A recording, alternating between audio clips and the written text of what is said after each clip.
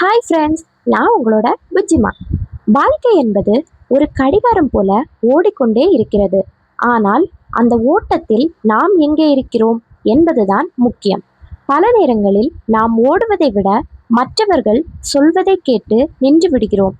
இன்று நான் சொல்லப்போகும் கதை உங்கள் ஒவ்வொருவருக்குள்ளும் அந்த போராட்டத்தை பற்றியது. நாம் ஏன் தோற்கிறோம்? ஏன் நம்மால் எழுந்திருக்க முடியவில்லை? இதற்கெல்லாம் பதில் இந்த கதையில் இருக்கிறது. ஒரு ஊரில் மீரா என்ற பெண் இருந்தாள்.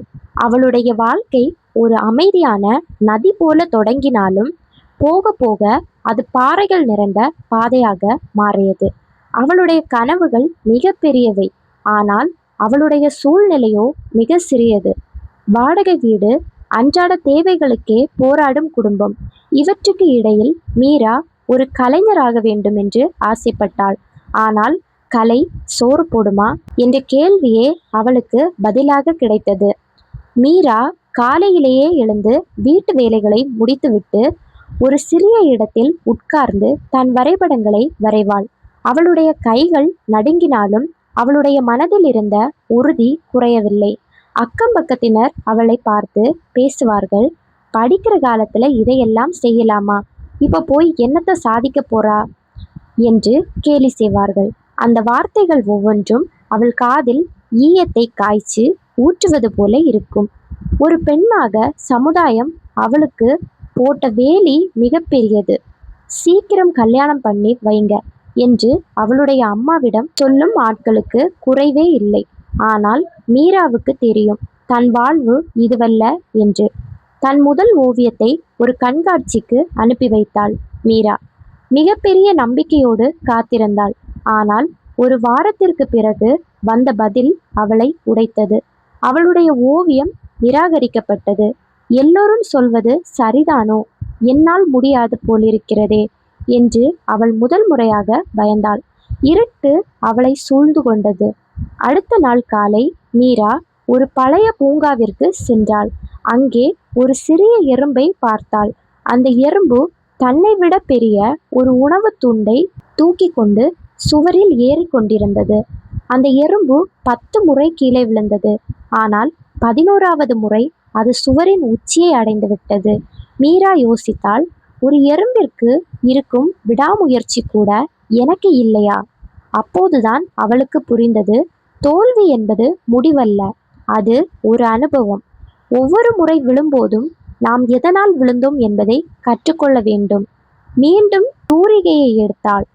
இந்த முறை அவளுடைய ஓவியங்களில் ஒரு புதிய உயிர் இருந்தது. அது அவளுடைய வலியையும் கண்ணீரையும் விடாமுயற்சியையும் பிரதிபலித்தது. சுமார் 100 ஓவியங்கள் வரைந்தாள். ஒவ்வொன்றிலும் ஒவ்வொரு படம். அவள் தூங்கும் நேரத்தை குறைத்து கொண்டாள். அவளுடைய இலக்கு அவளை தூங்க விடாமல் செய்தது. வாழ்க்கை மீண்டும் அவளை சோதித்தது. அவளுடைய தந்தை நோய்வாய்ப்பட்டிருந்தார். மருத்துவ செலவுகள் அதிகரித்தன. அவள் வரைவதை நிறுத்திவிட்டு ஒரு சிறிய வேலையில் சேர வேண்டிய சூழல் உருவானது. பகலில் வேலை, இரவில் ஓவியம். இதுதான் அவளுடைய வாழ்க்கை. உனக்கு எதுக்கு இவ்வளவு கஷ்டம்? விட்டுட்டேன் என்று உறவினர்கள் சொன்னார்கள். ஆனால் மீரா புன்னகை செய்தாள். ஒரு நாள் அவள் வரைந்து கொண்டிருந்த போது மின்சாரம் துண்டிக்கப்பட்டது. மெழுகுவர்த்தி வெளிச்சத்தில் அவள் வரைந்து கொண்டிருந்தாள். அந்த இருட்டில் அவளுடைய மனது தெளிவடைந்தது. ஒளி வெளியே இல்லை, நமக்குள் தான் இருக்கிறது என்று புரிந்து கொண்டாள். அவள் வரைந்த ஓவியங்களில் சிலவற்றை இணையத்தில் பதிவேற்றினாள். ஆரம்பத்தில் யாரும் பார்க்கவில்லை, ஒரு லைக் கூட வரவில்லை. ஆனாலும் அவளுக்கு ஒரு திருப்தி இருந்தது. மெல்ல மெல்ல மக்கள் அவளுடைய ஓவியங்களை கவனிக்க ஆரம்பித்தார்கள். அவளுடைய ஓவியங்களில் இருந்த அந்த உத்வேகம் பலரை ஈர்த்தது. ஒரு வெளிநாட்டு நிறுவனம் அவளுடைய ஓவியங்களை வாங்க முன்வந்தது. மீராவுக்கு தான் பார்த்த வேலைக்கு கிடைத்த 1 வருட சம்பளம் அந்த ஒரே ஒரு ஓவியத்திற்கு விலையாக கிடைத்தது. ஆனால் அவள் பணத்தை பார்த்து ஆச்சரியப்படாமல் தன் உழைப்பை பார்த்து பெருமைப்பட்டாள். தன்னை பார்த்து சிரித்த அதே மனிதர்கள் இப்போதெல்லாம் அவளுடன் புகைப்படம் எடுக்க வரிசையில் நிற்கிறார்கள். எங்களுக்கு தெரியும், மீரா ஒரு நாள் சாதிப்பாள் என்று என பொய் சொன்னார்கள். வெற்றி என்பது வெறும் பணம் ஈட்டுவது மட்டுமல்ல, நம்மை மதிக்காத இடத்திலும் மதிக்க செய்வதுதான் என்று மீரா உலகுக்கு காட்டினாள். இன்று மீரா ஒரு மிகப்பெரிய ஓவியக்கூடம் வைத்திருக்கிறாள். அங்கே அவளைப் போன்ற ஆயிரக்கணக்கான இளைய கலைஞர்களுக்கு பயிற்சி அளிக்கிறாள். அவளுடைய வாழ்க்கை ஒரு பாடமாக மாறியது.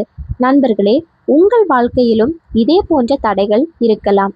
நீங்கள் இப்போது ஒரு வாடகை வீட்டில் இருக்கலாம் அல்லது கடன் தொல்லையில் இருக்கலாம். ஆனால் அது நிலையல்ல.